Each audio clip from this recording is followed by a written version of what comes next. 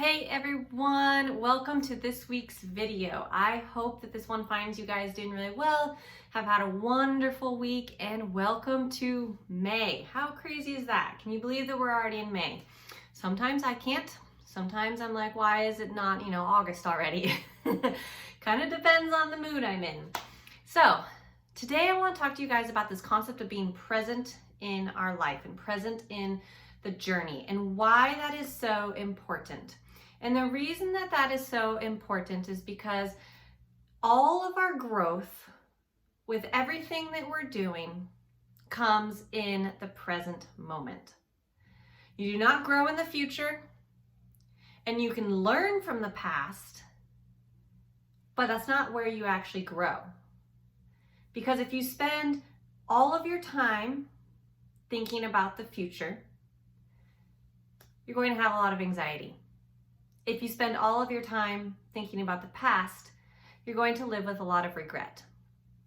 It's when we spend our time living in the present moment that we find joy in the journey, we find growth in the journey, we find happiness in the journey. That is where all of the magic happens, in the moment that we're in, okay? And the reason that this is often really hard for people to do is because we spend a lot of time with this ideal of we always need to be working towards our goals. And this is true. Our goals are probably one of the most important things that we have because that's what keeps us dedicated. That's what keeps us disciplined. That's what gives us something to work towards. But when we make those outcomes our sole focus, we lose the whole purpose behind the journey. And the reason that this is so powerful is because in theory, in order to walk through your journey, you have to focus on the process. And why is this? Because if you think about it, the outcome is 20% of our goal, of what we're looking for, or the journey. The rest of it is the process. You can think of it like a staircase. So I'm going to draw you a little example here.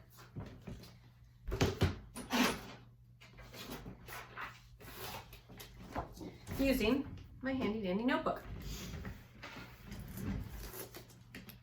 All right, if we think about the journey and what we're working towards as a staircase, we take our outcome and that goes at the very top. So if you think about a staircase, right? The staircase, the very top of the staircase, where we're trying to get, is only a really small portion of the actual staircase. And in order to get to the top of the staircase, you have to walk up the steps. There is no questions about it. Okay?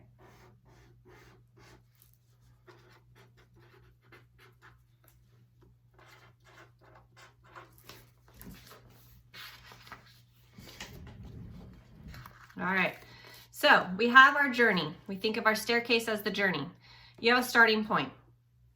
Maybe that's today. Maybe that's tomorrow. Maybe that is knowing that you're training for an Ironman and you want to start 9 months out. Wherever that start is, that's where the staircase is. And then you have the outcome. That is the goal that you're trying to get to, right? It's the very tippy top. So if you think about it again, the tippy top of your staircase is only about 20% of your staircase. The rest of it is the journey, or you could call it the process. That is 80% of where you're headed. You cannot get to the outcome without first walking through the journey. And what that means is you cannot get to your goal. You cannot get faster. You cannot get stronger. You cannot get your PhD, your master's degree. You cannot have a baby. You cannot do any of the things that maybe it is that you're trying to do without walking through each day. And that is where staying present is so powerful and so important. Because it's in those moments, in those days, in which you learn the most about yourself. And so how do we stay present? There's a couple of things that I like to teach athletes to do for this. One is to focus on taking things in segments. So if we're kind of thinking about maybe a race or a training session, one of the ways that you can focus on staying present is to break it into segments. This is really, really, really helpful, because what that allows you to then do is to say, okay, I'm only going to focus on this small piece. So if we take a run, for example, maybe you have 4 by 10 minutes at race pace, and that's your run that you're focusing on, okay? And you want to hit a very specific pace, and you're in the very first portion of the first interval, and you find yourself thinking about the very last interval, going, how am I going to hold this pace for 40 minutes down the road when I get to that fourth interval? That is you living in the outcome, the end game. When we want to live in the first interval, right? You can't get to that fourth interval without first getting through the first interval. And so we always break it into segments. We say, okay, I have 10-minute intervals. I only have to focus on 10 minutes at a time. That is a shorter segment. And I know that I can run for 10 minutes, and I know that I can probably hold this pace for 10 minutes or close to it. And so I'm only going to focus on this one. And once that one's over, that means I only have 3. And I know I can do something for 3 sets, or focusing on 1. You break it into segments so that you're focusing on smaller pieces at a time. This is a really powerful thing to do in a race, because it allows us to then not think too far ahead. I get so many times where I get athletes who tell me that they're thinking about how they're going to be running in mile 20 of an Ironman distance, and they're only at mile 20 of the bike. Well, you first have to get through the bike. You still have 80 plus miles to do. So you need to focus on that. And we can then say, okay, well, how do we break that down? Maybe we use landmarks. Maybe we use aid stations. Maybe we use time intervals. Maybe we use mile intervals. Whatever it is that works for you, take that piece and break it into some segments and allow yourself to say, I'm only going to focus on what I can control in this moment and in this segment. And then I'll look and focus on a different one. That is a really helpful tool to keeping you present in the moment, because then you don't have the ability to focus on further down the road, because you're focusing only on here. Our brains work where we only focus on one thing at a time. Yes, we have the ability to multitask, but when we're multitasking, what we're actually doing is just shifting gears. We're shifting thought processes, we're shifting. If you give yourself a very specific task in that moment, then that's what your brain will focus on. And if you pick a small segment and a task for that segment, then you have no room to allow other things to shift into that focus window. And that's where that's really powerful. So that is one tool for helping you to stay present in the moment. Another one that I really like, and this is going to be your challenge for the week, is to start each day with intention. Why is this so powerful to keeping you in the present? We've talked about this in previous sessions, in previous videos. The idea of intention being how we prime our brain. Our brains focus on what it is that we put into it, and they filter for that throughout the day.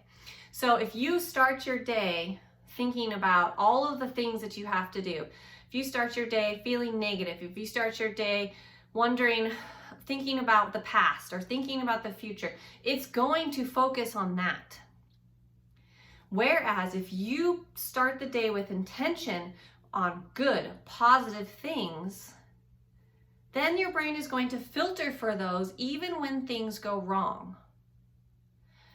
And that's why starting your day with intention is so powerful. And that is where we have our challenge for the week.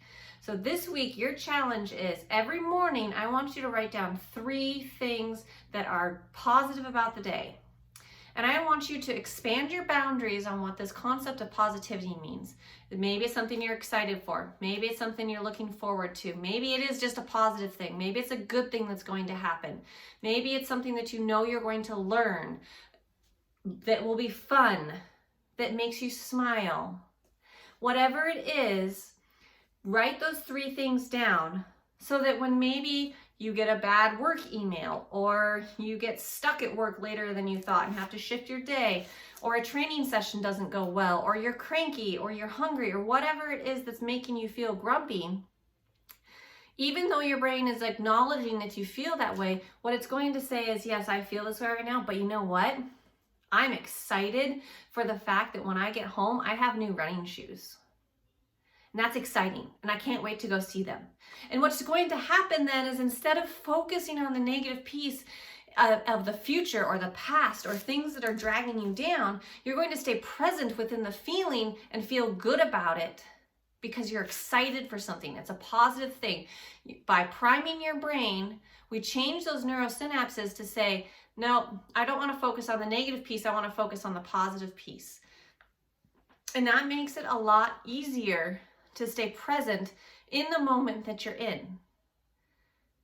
Prime your brain for positivity, and it becomes easier to stay present in the moment. That's my challenge for you guys this week. 3 things that you're excited about for the day. You can expand that too to maybe 3 things you're excited about the day. Maybe you have a really tough meeting ahead, so 3 things that you're positive about the meeting, 3 things that are positive about your training session. Whatever it is, you can prime your brain to focus on the good. We always have the choice to find the good in any situation that we're in. And when we make that choice, we are making the choice to stay present in the situation that we're in. And that is where we experience the most from our journey. Focusing on the process. The more you focus on the process and taking each step, walking through each day, walking through each training session, each meeting, each class that you're in, the more you actually learn about yourself, and makes the journey and the outcome so much better. I like to think of the outcome as the bow on top of the present. It's the pretty piece. The present is the meat. The process is the meat. And the outcome is just the pretty bow. I hope that helps you guys feel like you can stay a little bit more present within your situations. I look forward to hearing from you as to how this challenge goes. Please feel free to share any of your intentions below, and feel free to share how it is that it maybe helps you to shift your day. I would love to hear from you. Thanks, guys.